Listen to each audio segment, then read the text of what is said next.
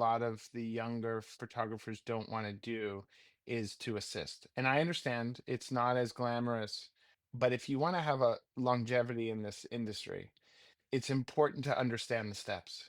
You have to understand the zone system before you throw it away. You have to understand dynamic range of a chip before you decide if you want to over or underexpose or what your ISO should be. You have to know these things if you really care about this craft. Hey, welcome to the Beginner Photography Podcast. I'm your host, Raymond Hatfield, and today we're chatting with editorial photographer Brian Doben about capturing portraits of people who are passionate about their work. But first, the Beginner Photography Podcast is brought to you by CloudSpot. With CloudSpot, you can impress your clients with a beautiful gallery that is easy to view, share, and download on any device.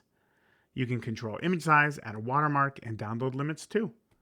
So grab your free forever account today over at deliverphotos.com and only upgrade when you are ready. I think it's easy for some people to look at photographers and say like, wow, you have the best or the easiest job in the whole world, especially with people like editorial photographers. You get to hang out with celebrities, go to cool locations, and get paid to quote unquote press a button. And I think it's easy to look at a food truck worker, a painter, a mime, a hairstylist, a cartoonist, and maybe say the same thing, right? Like, wow, you have such an amazing job. And while they're not necessarily easy jobs, they require somebody who is passionate about the work that they do. Today's guest, Brian Doben, has been photographing people who are passionate about their work for years and has just released a brand new book called At Work. And as you'll hear in this interview, I'm a big fan of the book and Brian's work. And I encourage you to check it out too. In fact, there's a link in the show notes to check out not only his book, but also a beautiful video that Brian shared with me of him shooting and connecting with some of his subjects. I know that's a big thing for a lot of photographers. You want to see how other photographers work so that you can get some ideas and bring that into your photography. So be sure to check that out in the show notes. For the links, there's also a link to Brian's Instagram as well, where you can see some more of his work. And before we get on into this interview, I just want to take a moment to give you a round of applause. I applaud you for taking the time to listen to the Beginner Photography Podcast and to do something for yourself and your creativity and not just waste your time doom scrolling or watching TV or being bored. You're making the right choice towards being the person who you want to become. So, again, round of applause. All right, with that, let's go ahead and get on into today's interview with Brian Doben. Brian, when did you know that photography was going to play an important role in your life? Well, it's a little bit of a story, but essentially, I wanted to be a professional cyclist. I wanted to ride in the Tour de France and live that life. That seemed to not be my ending in the sense where, or it wasn't going to be for me. Just genetically, I didn't have what it took. I was in a state school in New York called SUNY Purchase, getting a liberal arts degree or starting to, and just had an instinct to pick up a camera and just try something new. I was starting over in terms of what I thought my future would be. So I didn't really know where and what I would be doing. And it was a rainy day, and I just decided to go out and take a photo and see what happens. And it literally turned into the greatest romance of my life, aside from my wife. But it's been, truthfully, it was love at first sight. Tell me more about that instinct that you had. It had to have came from somewhere. Did you photograph much at all when you were a kid? Did your parents always have a camera around? Why do you think you just picked up a camera as opposed to anything else? Raymond, that's a great question. And I don't know the answer because, truthfully, I had no artistic thoughts in terms of what I never sketched, I never took photos, I didn't pick up a film camera, I never went to museums. I loved walking around the streets of Brooklyn, which is where I'm from. I loved biking through New York City and just observing. It was an unconscious drive, I guess, within me to just absorb everything around. And then just I don't know. I honestly, I don't know what it was that drew me to picking up a camera, but I had this instinctual feeling. And instincts have always been something I lived by up until then and continually, is that I try not to overthink things. I do at times. We're humans, we tend to get in our head, but I try to really follow what I believe is the path for myself. And like I said, I borrowed a camera and I just went for a walk with a friend and we just started walking around, and I saw this leaf with a one raindrop on it. The photo's right next to me here. Matter of fact, it's not the greatest photograph, but it's literally the first photograph I took. And it was just, I said to myself, if I can make something of this moment, there's something here. I went to the dark room. I asked a classmate how to, I didn't have a photo, I wasn't taking a class. I just asked them how to develop film, and it just started. It just, I couldn't believe that I was able to take my ideas and bring them to life. I never knew that I had a voice. I just thought of myself as a cog in the machine, if you will. Really? But you were going to school for a liberal arts degree. So, like, what was your intention? At the time, it was either psychology or law. That's what I thought that I wanted to do. And I quickly realized that neither one filled my bucket. And I just started to become completely obsessed to the point where I had to transfer out of the school because I had taken, by my junior year, I had taken every photo class. I had taken every class that a master's student would get. There was nothing left for me to do at the school. I would spend days on end. I was hospitalized for spending so much time in a dark room. I just was all in. Everything about me. You were hospitalized from spending so much time in the dark room from what? Yeah, Inhaling all the chemicals? yeah. I had I guess a poisonous level in my bloodstream from working, or in my oxygen. It was a whole thing. It was very dramatic. I was sharing a dark room with a student, and she had covered the black and white chemicals, and I was doing color. So I was just using the dark room to illuminate onto the paper and then go to the machine. Well, I was so accustomed to the smells, I didn't even smell chemicals, and the vent was off. And I remember waking up on the floor, scratching at the door because I had passed out. And I was immediately rushed to the hospital. It's pretty dramatic, but that's kind of my, I would say that gave me street cred right there. Yeah, for sure. I've never heard anybody share a similar story. So, that definitely gives you some street cred. So, I Yeah. guess the next question is, was your first thought, maybe I should give this up, or, oh, I got to get back in that room? I didn't even think about it. I just went right back to it. There was nothing along this journey except for one moment where I thought it's time to try something different. But I've been in love with this from day one. It's the only thing I know is my truth. And I'm very, very fortunate to call myself a professional photographer. That is amazing. So, okay, let's now talk about that transition from student into professional photographer. What was that like? Did you go straight out of college? What happened? I'll tell you, it was a moment in which I really got handed reality, because in college, a lot of times, they give you this kind of idea that you can leave here and just become a professional and go in the world. I went to New York. My girlfriend, now my wife, we moved to New York City, which is where I'm from, and we couldn't even get an apartment because at the time it was very difficult for renters to get an apartment. There seemed to be an abundance of renters to apartments, so they were able to choose the perfect candidate for the apartment. This was 1996, and so we were sleeping on couches for the entire summer. Couldn't get a job, couldn't find a place to live, and realized I'm just another person back in New York. This is not like guaranteed anything. And through family and friends, I was able to find my first assisting gig, which was sweeping the darkroom floor of a photographer that I admired. And that's where it really started. I went from being a student and having a big portfolio to sweeping a floor, to then printing for him, to then packing his equipment before he leaves, and then going on the road with him. So each one of those steps took weeks, if not months, to get to the next step. And it was such an important learning lesson. And it was such a great reset for me from an ego perspective, especially, but also it gave me the ability to really learn beyond just the technical, which is what you learn in school. Now it's real life. And now you see how lights are used, how lenses and cameras are actually utilized in the field. And then on top of that, how to work with clients, which I think most photographers really don't understand, young ones. Yeah, yeah. Well, I think it's because we get so excited about we have this idea, oh, I see something in this world that I can capture.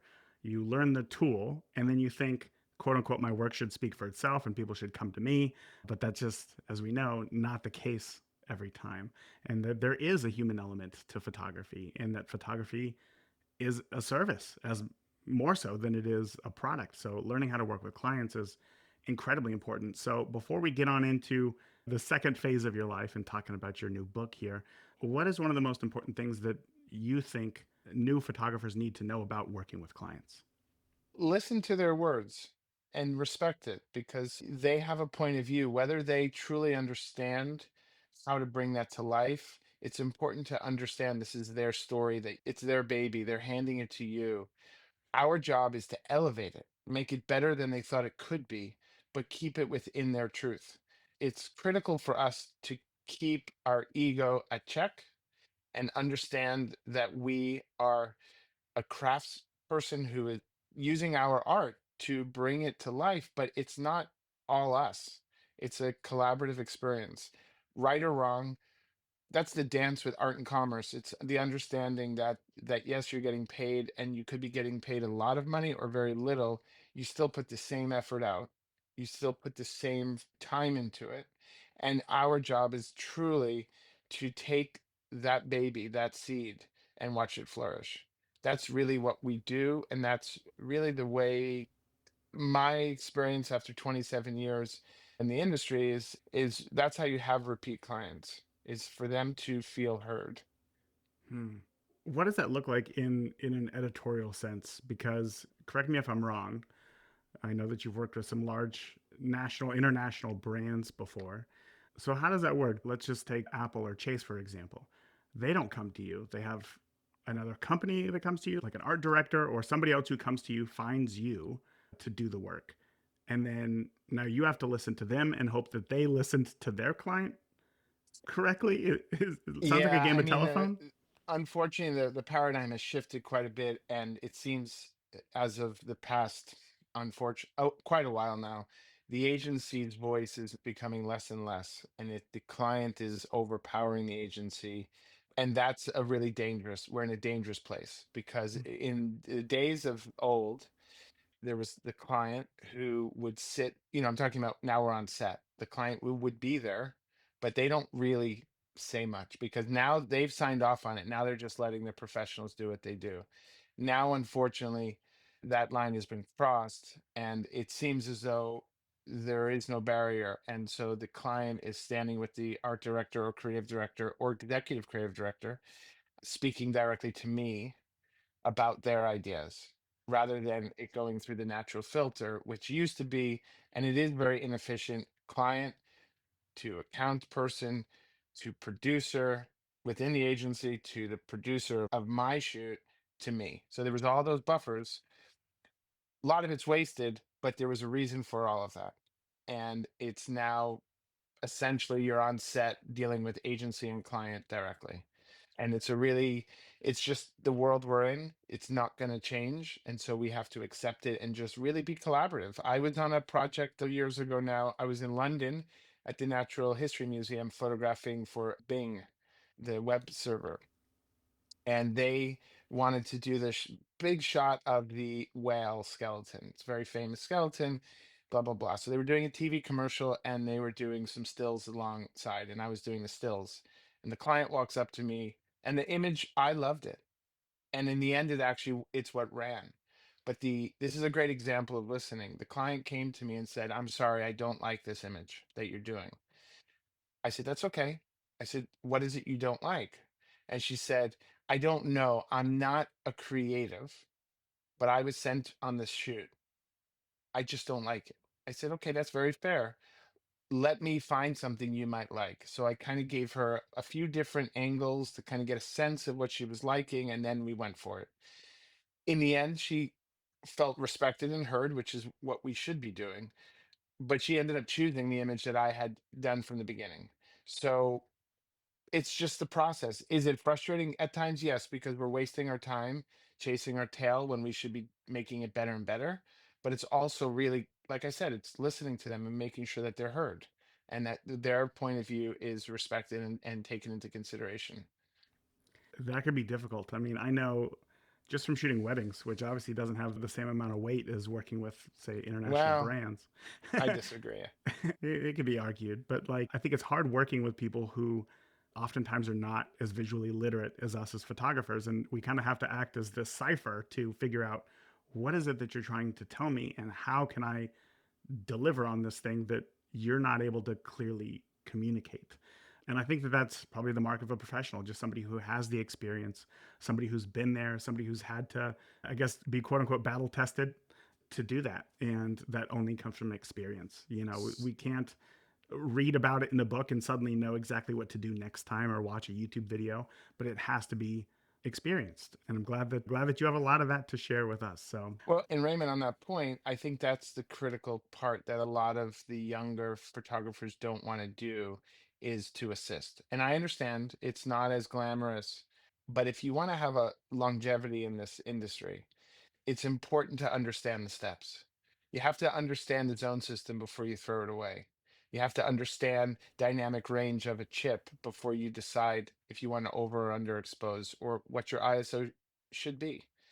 You have to know these things if you really care about this craft. And that comes from learning being on set as an assistant on some level for some time. There's no time limit and there's no minimum or maximum to the time, but you have to give it that time so that when you're in those situations, you know how professionals handle it. Because one wrong word, it's over. mm, Doesn't matter how good the image is. If you're not playing the game, you're not part of the team. mm, And it's important to understand that. It doesn't make me a better photographer. It gives me the experience to handle more situations. And after all these years, I mean, I don't know of a situation I probably haven't witnessed on some level. So it's important to really put yourself in as many scenarios as possible so that you could then handle it one day yourself. that's beautiful. Brian, I got a copy of your book at work, your new book. So first of all, let me just say thanks for having that sent over. It is a wonderful book to look at, and I love looking Thank you. at photo projects that there's something in, say, commissioned work, right? Like I can look at a whole book of wedding photography, but like if I'm not connected to any of these people, it's just beautiful images and that's it. But then when somebody brings a project and then they share it to the world, just a personal project, something that they wanted to do themselves, it has a different feel to the images. And I have such a hard time putting my finger on exactly what it is, but it's that quote unquote it factor, you know? So looking at your work, there's this liveliness to it. There's this element of not so much joy, but maybe appreciation for life. Like in the subjects that you're Mm. photographing, it's they love that they get to do what it is that they're doing. And I think that a lot of people can look at photographers and say their life must be amazing. They must love every day that they go to work because all that they got to do is set up some, some lights, a camera, photograph some fancy people. But I was fascinated to learn that in the intro to the book that wasn't the case for you. So tell me about the shoot that you share in the book that you had in Nashville that kind of started this whole project.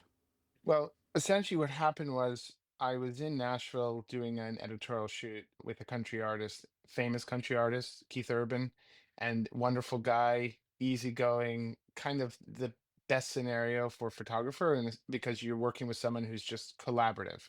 And I had already been a professional for 10 years, a little bit more than that, and had already been doing travel, have traveled to all 7 continents as a travel photographer. I did celebrity, I did fashion, but I didn't do me. And so that night, my wife, I called her from my hotel room and she said, "How'd the shoot go?" And I said, "It was fine." And she got all nervous because it's just, she always wants to make sure that things are okay. And I said, "No, the shoot went well." I said, "But I'm not having fun anymore. This isn't fun. I'm just stamping out products. I don't have a voice. I feel disconnected from my camera, my art, everything, from myself, to be really fair. I didn't know who I was in a sense. I felt like an imposter. And so I had this list of ideas that I wanted to do that had nothing to do with photography. It was a whole laundry list, and every single one she said no. She's like, "That's not who you are." And we had recently I'd had a baby. So there's that responsibility of, okay, well, you can't just run from what you're going through. You can't run from it. You have to face it. So she had been with me since college, so she knew that I used to do portraits. I used to shoot 8 by 10, so very slow process, a lot of talking. And she said, "Why don't you just go out and photograph some people again? Go back to what you used to love to do." And I was scared because I thought, "Oh God." this is really vulnerable. Like I've done projects before trying to get work, but I'm being asked by my wife. She's assigning me a project, which is just go back to what I used to do.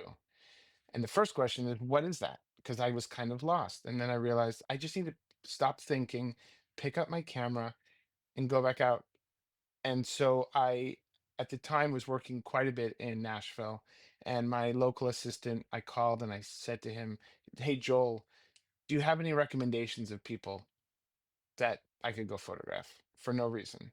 I have no assignment. I just want to go do some portraits." And he said, "Yeah, this woman, she owns this taco shop. It's relatively new. It's really cool. It used to be a taco truck, and a local, one of the big famous musicians kind of came and said, 'Listen, you're too good for just this. You got to have this too.' So she went from just a simple taco truck to a booming line out the door type of business." So I said, "Okay, I have to meet this woman." So she was kind enough to meet with me. We had the most wonderful conversation in the front of her taco truck. We're eating tacos, we're laughing. And I went back after the day and I thought, God, that was so much fun. I just really enjoyed myself. And I thought, oh, did I take any photographs? Did I do what I went out to do? And I looked back because shooting digital and I went through the files and oh, this is actually really, I don't know, there's something here. I'm connecting to this. I'm seeing what I've been wanting and yearning for a long time, which is me in the photos. I'm seeing my story, my truth come out.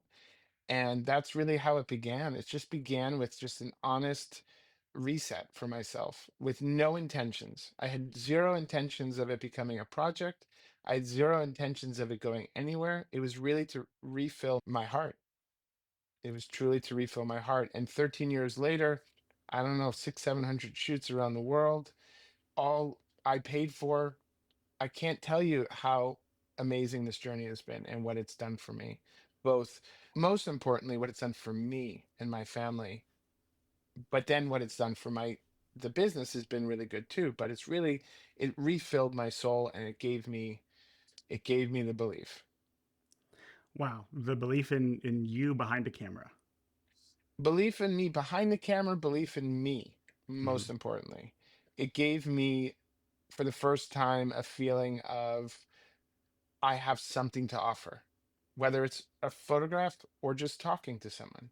There's something inside of me that has worth and value.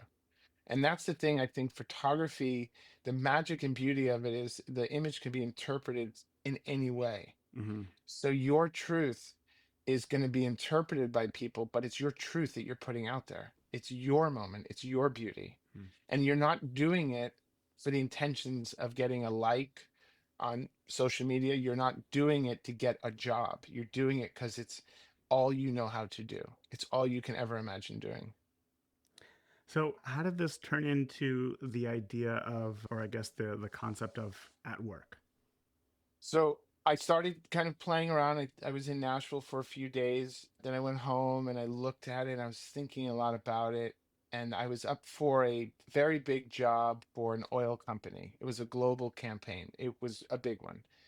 And I lost it. And it was right before Christmas. And I thought I had it. It was down to myself and one other photographer. Other photographer was great. He had done the campaign before. It's common. Clients will go to their safe place. They've done it. So they went with him. And I was devastated, devastated, because I really was thinking this one's happening. It was that close. And I thought to myself, you know what? This is a pretty heavy loss emotionally and financially. So what am I going to do with it? And so I thought about it. I thought, you know what? Screw it. I'm going to put all the chips on the table. We had some money in the bank, not a ton at that point. And I said to my wife, I'm going to go off and I'm going to go cut a record. I'm going to go cut an album. And she's like, what are you talking about? You're not a musician. I was like, no, no, no, no. And this is what happens with me. Sometimes I go into these analogies that make no sense to my wife, and then it makes sense.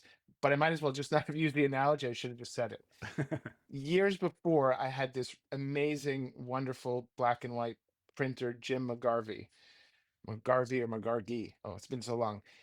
He was Stephen Klein, Stephen Meisel, Annie Leibovitz, Avedon, Irving Penn. That those were his clients. That's who he printed for. I mean, he was that iconic. He was on the meat packing district in New York City. And he said to me one day, because I had to meet him and basically get a portfolio review before he would print for me. Wow. And he chose to do it, which was incredible. He said to me once, photographers are the laziest artists. So he goes, and he took out pictures of Irving Penn, Avedon, Mary Ellen Mark, Annie Leibovitz, and said, look, they do the same thing every time. It's a formula. It's a formula. He goes, musicians go into the recording studio all the time and they cut new music that no one ever hears. But it's because they're constantly exploring and trying to get their voice to another place, this sound to another place. How does that sound work with this voice? And whether it works or not doesn't matter. They're always hungry for that. He goes, why are you guys so lazy? I mean, this is what he said. He goes, Avedon, everything on gray. Irving Penn, everything, the light comes from the same angle every time. He made all these comments because it was like inside baseball kind of comments. And that stuck in my head. So years later, I said to my wife, I'm going to go cut an album, meaning I'm going to go and try something that no one is asking me to do, no one's expecting from me. I'm not reinventing the wheel, but I'm going to find who I am. So I booked a ticket I went first to India, Mumbai, and then I went to Tokyo. And I had basically hired local production to help me find people to photograph, to continue this project that I'd started in Nashville. There was no name to it, it was just a project. And then while I was there, it hit me. These people are at work, they love what they do. And it started to all come together. And that's really truthfully how it started. I put all our chips on the table. I love that story so much because there's this element of like self awareness that you know what it is that you love in an image, being photographing people who are doing what they love, right? Doing interesting work. And again, when I go through your book, there's a lot of interesting jobs, right, that people are doing, but sometimes there's not so interesting jobs. There's just a Hmm. regular job, and people are bringing a level of excitement, of accountability, maybe for the skill that they're doing to this work. So how do you go about finding people in these roles? Do you have a idea of the role of the jobs that you want to capture? Do you get a lead on the type of person? How do you find these people to photograph? It goes back to instinct. A lot of times I just will have an idea. My studio manager, who's been with me on this journey from day one, can attest that I come up with that is just like mid November, early December. I need to go to Alaska in January. I don't know why, but and let's make it happen. And then we really work as a team to find people to tick certain boxes. I think I don't really actually consciously think about it much, but I think what it is, it's like I find the pillars of the place I'm going to go. And then I allow for the real magic to happen in between. It's who they know. They might have a recommendation and it just snowballs, but the pillars are there. There's a frame already there. So, like, I have a safety, but it's really finding those other people. It tends to be done before I get there just for the sake of efficiency.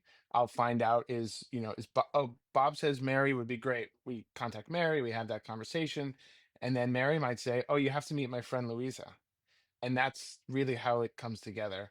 It's an energy, and the more I've done it and the larger the body of work has it's grown to, it's that much easier for people to sign on. I mean, I think in all of my shoots since day one, I've probably been rejected maybe 3 or 4 times, like literally. Really? People are really excited because they feel that energy and the passion. I'm gonna go all the way to you to celebrate you. And that's really what it comes down to. There's no hidden agenda. There's nothing that they have to do. They get the images, they can use them for marketing. They can, whatever it might be. They are part of my journey. And I let them know that right from day one. And really, at the end of the day, who has an issue with that? Who's going to be like, well, I don't want that? Everyone wants to be recognized and heard and appreciated. And I love being part of that. I truly, it's incredible. So I can think of a lot of people who don't love their job or don't bring passion to their job, right? There's a lot of people Sure. who go to their 9 to 5 and they collect a paycheck so that they can do something else on the weekend. But Mm. again, I mean, it seems like the people who you're photographing truly take pride in their work, or they truly enjoy their work. And so now, like, what it sounds like you're telling me is that you go to these people sight unseen, but just having a simple conversation with them, what, over the phone, to determine if they're going to be a good fit for your project. Have you ever done one where you're like, oh, this person is bringing nothing here? Yeah, there have been a few people who I believe they had all the right intentions, but they were scared. They let that take over. I love that challenge.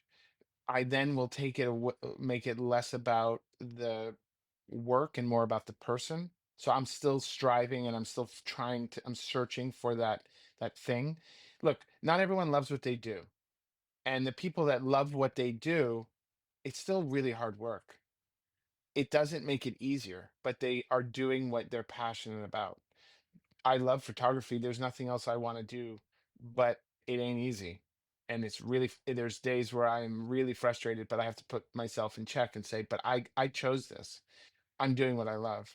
And I would say to people who are yearning to do something else, do it because you get one chance here. We get one walk, and it should be the most glorious walk. It's not easy either way.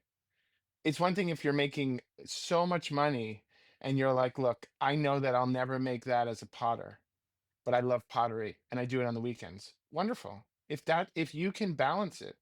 But I think it's more important to find the thing you love and bring everything you have into it. And there's no better jobs, worse jobs. It's what you love to do.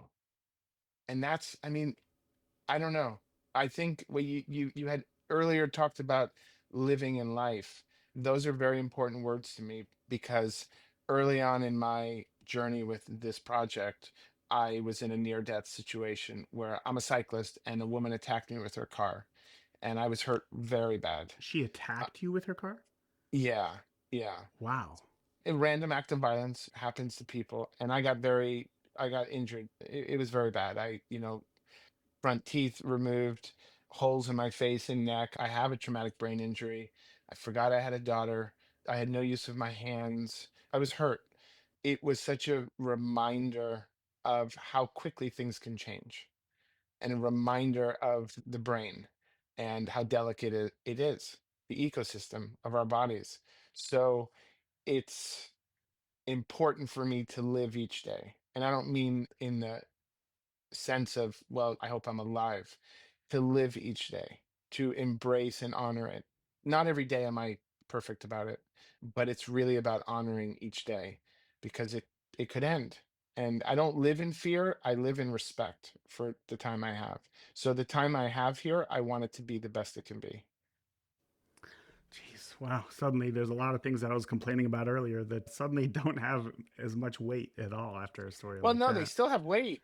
Listen, it ain't easy. Life is hard and there's a lot of and I said to my daughter years ago, after my accident, she had a little boo boo, and she said, well, my boo boo doesn't hurt as much as yours. I said, that's Mm, not true. Your boo boo hurts just as much as mine. mm, So we all have our ups and downs, right? I think that what's most important is that you try to find balance with it all. mm. I listened to someone recently who said, I don't look for happiness, I look for peace within myself. And I thought that was some sage knowledge right there shared. It's finding peace in all of those storms, whether it's a creative idea that you're working through or it's something in life that's just hitting you hard. It's trying to navigate yourself through it. That is about as motivational as it gets right there. I appreciate you for sharing that story. That is, I know that a lot of photographers out there have reasons why they want to shoot, right? Reasons for me, I always wanted to, when I first started, I wanted to get into family photography. My dad had passed away when I was just a few months old and Okay. I never got to know him. And I always looked at friends with like large families and like there was some envy there. There was some, maybe not jealousy, but like there was this desire. I kind of wanted that. So I had this idea that I would get into family photography so that I could kind of surround myself with that. Turns out that's not what I loved at all, but I know that how important it is to use our life experience to find the thing to capture and to photograph and to spend our limited time on. I appreciate you sharing that. That was good. Well, and I appreciate you saying what you did because what you just shared with me is what my experience has been through this whole journey of at work. And actually, beyond this project, even just my day-to-day commercial shoots, editorial shoots, it's having that human connection. It's the photograph is secondary. And I say that to clients as well. It's the secondary in the process. The most important thing is for us to have a connection because if the connection's there, the photograph will come.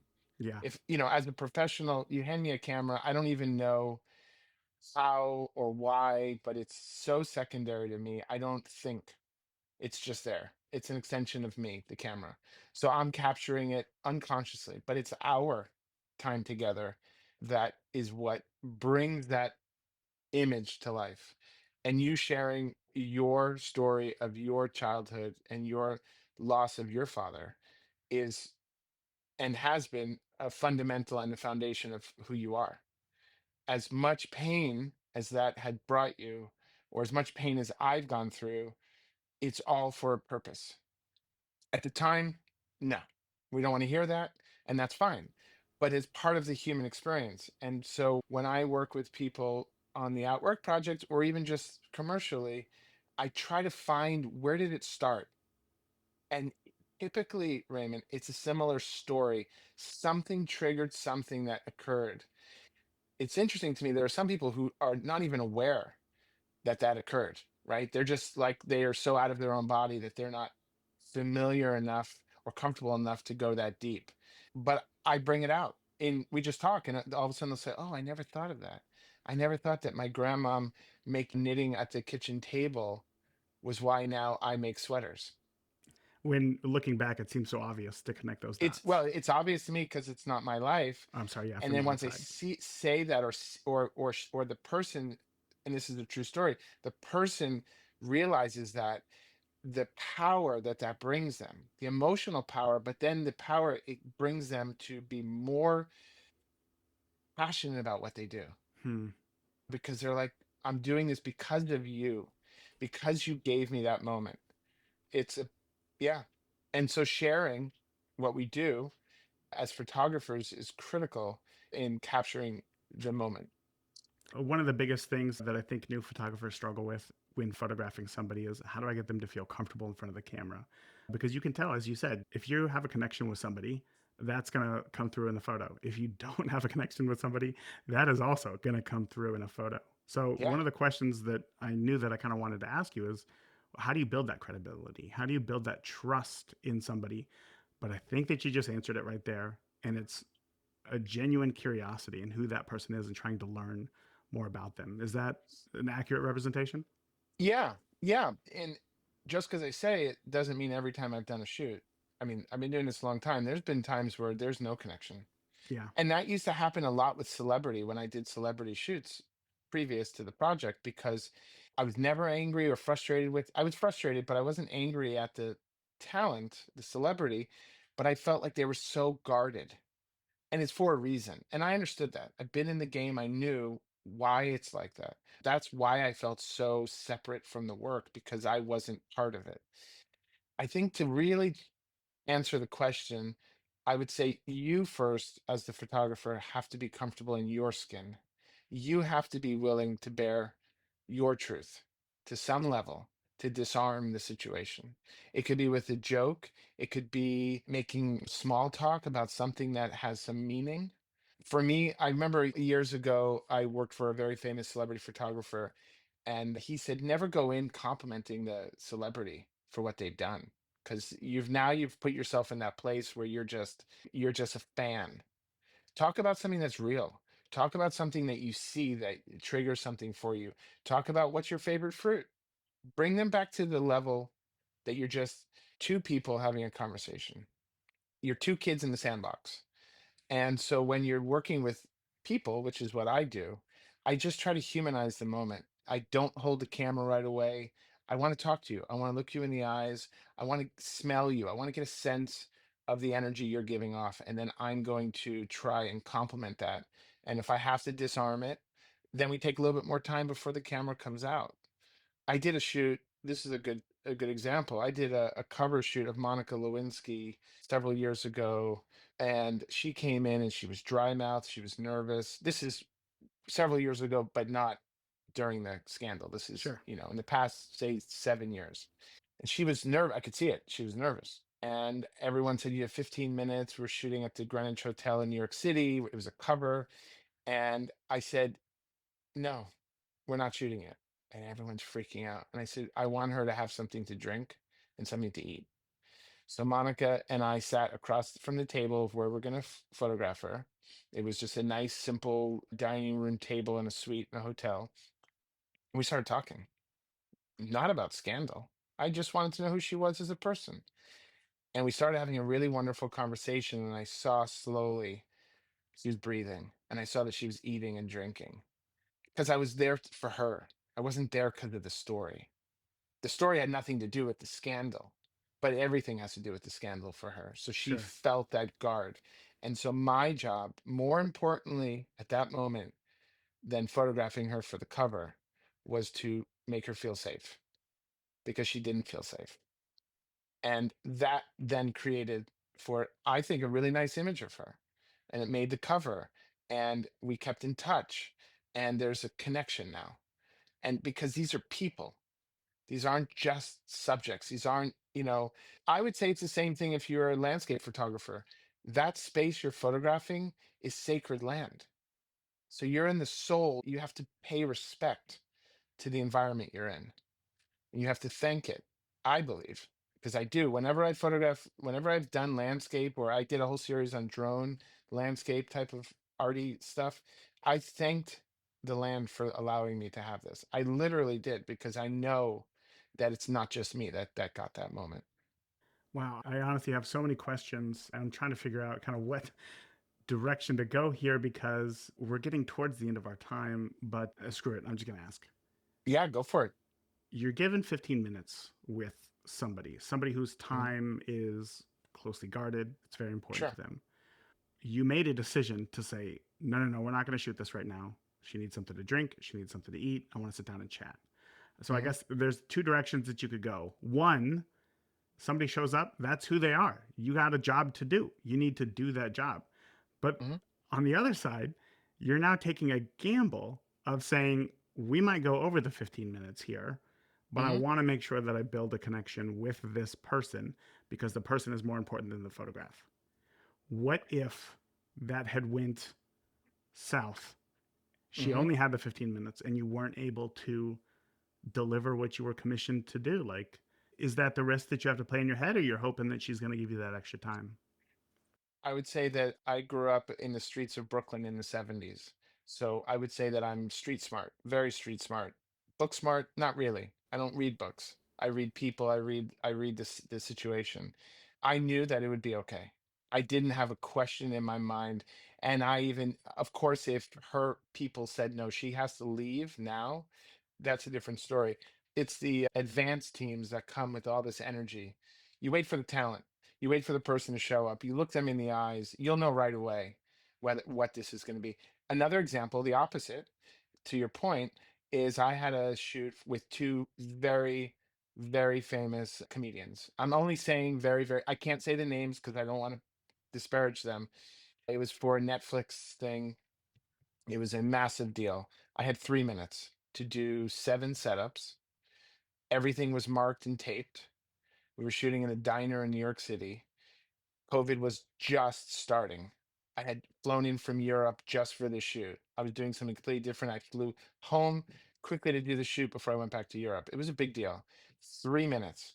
I had a publicist who right out off of my lens was holding a timer.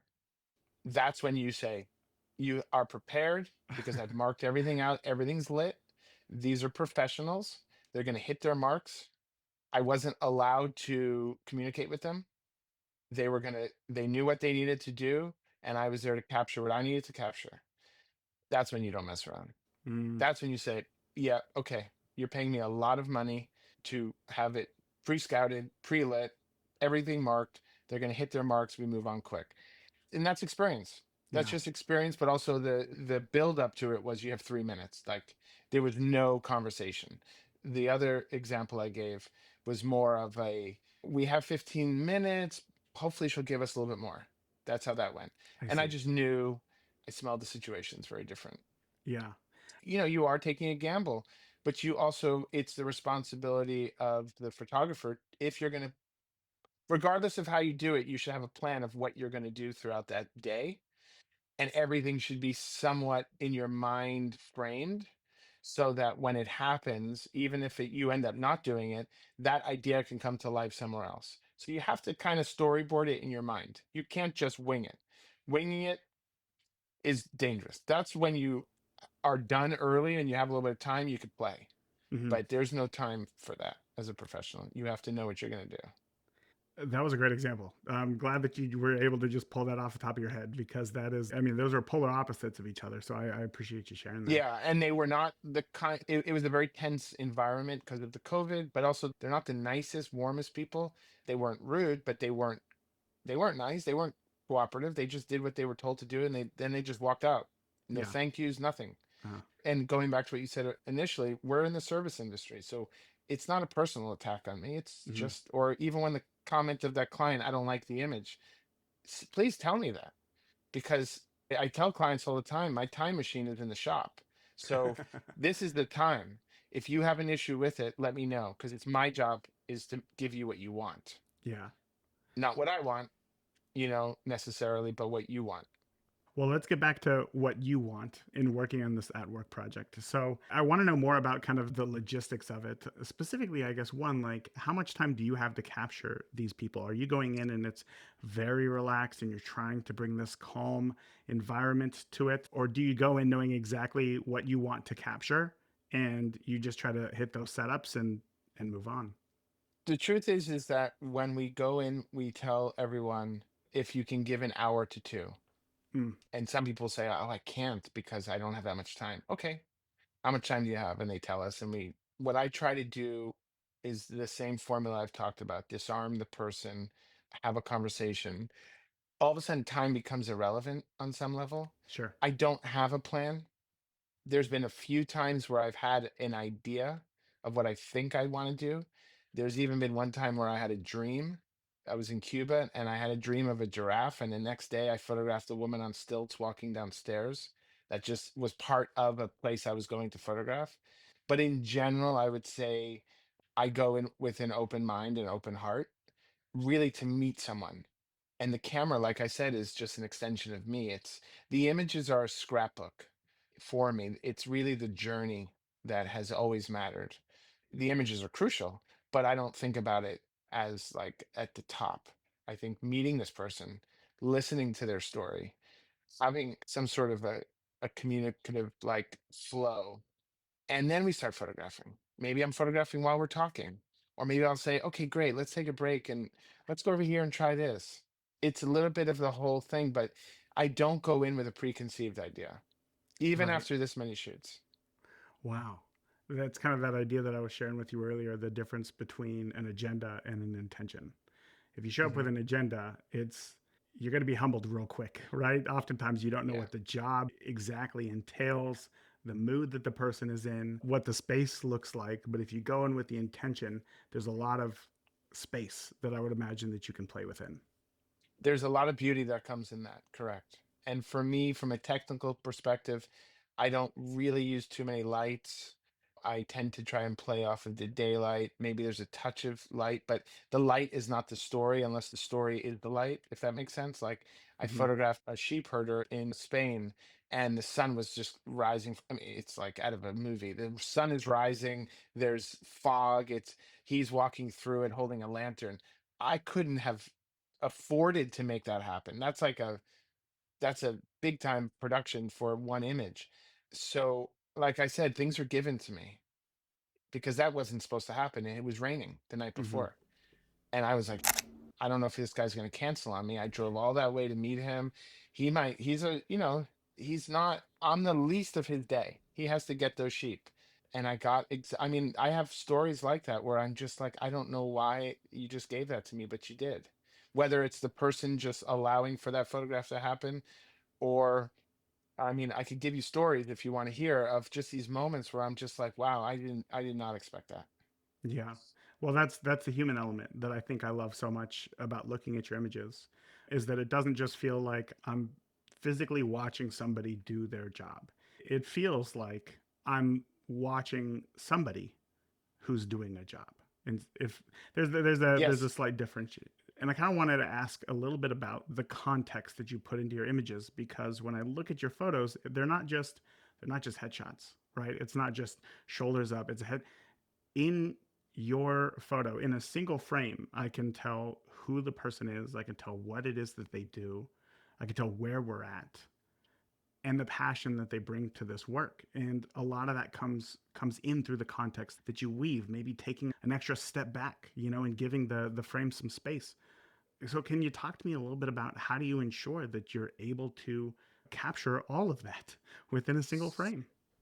Well, from a technical perspective, I tend to use more of a wide angle. I tend to shoot between 24 to 28 millimeter for the reason I want to be close to you. I want to feel, actually, like literally, I want to feel or smell you. I want to feel, meaning like I want to feel the heat. There's something, it's important for me to be near you. If I'm far away, I feel very like, I don't know, separated is too simple of a way of saying it. I just don't think from like an animal perspective we do well when more misunderstandings happen when you're far apart versus Yeah. together. So I try to be as close as I can be, and now to your point, but keeping within the frame a story that tells. In saying that, there have been times where I've also gone, in a sense, the opposite. I photographed a mime artist in Las Vegas who was getting, I met him at his house. He's talking to me, which was weird because he's in his mime. He's basically ready. He almost finished his face makeup, and we were going to go and we were going to go on the strip. That's what he wanted to do. I wanted to meet him at his house because if I meet him on the strip, he's not going to talk to me. And he's also going to be the mime artist. So I won't get the human side.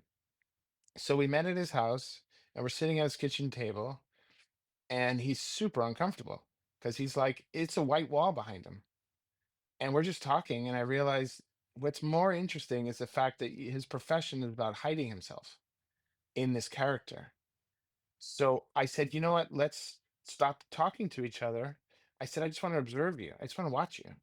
And I photographed him against a white wall. Essentially, it's just a white wall and a table. And then he brought out this great little figurine that he had won at some kind of like, it's not a contest, but it was an award show for like mimes for international mime artists.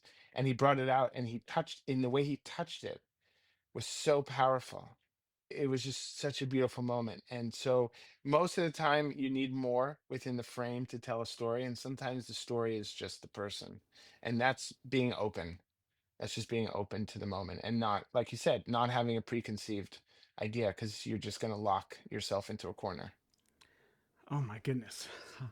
I think that story right there, I don't know how any better way to wrap up this episode as we're running out of time. Most photographers feel so nervous about getting in front of somebody and displaying that they know what they're talking about when it comes to their camera and how to pose them and how to do all of these things. And over and over again, you're saying this is about the human element. We're photographing humans. Be curious about them and they will deliver. And this is something that I hope people go back and listen to multiple times because that is such a powerful message. But Brian, before I let you go, I got to ask, where can listeners find more about you online? Where can they see your book? Where can they see more of your work? The best places to see more of my work professionally would be at my website, which is briandoben.com. And then for my at work project, where you see the whole library, it's at workproject.com, spelled out AT workproject.com. And there you'd see all the work. But that's really where you'd see it. I'm excited for the book to come out. It will be out on my wife's birthday on June 3rd. Look, as much as I am excited about it, I'm nervous too, right? Because I'm putting this out into the world. I've been hesitant for years. I photographed a gentleman in London. His name is Brian. And he said, Brian, it's time for you to put your book out into the world. And I took his words to gospel and I went out and fortunately found a wonderful publisher, Trope Publishing, where you can purchase the book or on Amazon. and they believed in the book. And I really am excited for people to see it because it's not really just about the photographs. The most important thing for me, the message I want to give is to the same message that was given to me by my mother, which is that you can fly, you can do anything you want. You have to just believe in yourself. And I was given that gift. A lot of people are not for many reasons, usually fear. Parents want their child to be safe, they want them to be successful, but that's fear based. The most important thing you can do is to believe in yourself and try things and experiment and fail. Failing is not what we think as failing. Failing is another step in the journey until you find what you love. And as a photographer, if you're nervous, slow down. You could even say to the subject, I'm nervous. Be human. You're not superhuman. They're nervous too. Nerves mean you care. Not a bad thing. Anxiety, we all have it. It's not just you. We all have these kind of limits on ourselves. We don't share enough with each other that we have it. So we think that we're unique and we think that we suck or we think that what we want to do isn't good. It is good. It's good for you. It's good for someone. That's what matters. All right, quick thank you again to Brian Doben for coming on the podcast and sharing everything that he did. And hey, don't forget to check out the show notes for the links to Brian's book and to watch that video of him working with his subjects. Now it is time for this week's photography action plan, as in if you implement just one thing this week, make it be this thing to move the needle forward in your photography. And that is connect with somebody before taking their photo. Brian talked a lot about the human element in photography and how it wasn't until he rediscovered that he rediscovered his passion for photography. After all, if we're not photographing people, we're photographing for people. And as he said, people want to be understood, people want to be seen. So whether you have a portrait session this week or you just want to go grab your spouse or your child or your coworker, whatever it is, don't worry about making a perfect photo, a golden hour with that 85 millimeter lens. Like, don't worry about that. Just talk to them, learn something new about them, ask them what types of fruits that they like. I don't know. But the more that you learn about who a person is, the easier it is for you to see them and the more they will feel seen. And that, while it's not quantifiable, you'll see it in the photo. That is when an image is more than just the sum of its settings. So give that a shot. That is it for today. Until next time, remember, the more you shoot today, the better of a photographer you will be tomorrow. Talk soon. Thank you for tuning into this week's episode of the Beginner Photography Podcast. If you enjoyed today's episode, please share it with a friend. Start a conversation. Grow together. That is it for this week. Remember, the more that you shoot today, the better of a photographer you will be tomorrow. Talk soon. Thank you for listening to the Beginner Photography Podcast. Keep shooting, and we'll see you next week.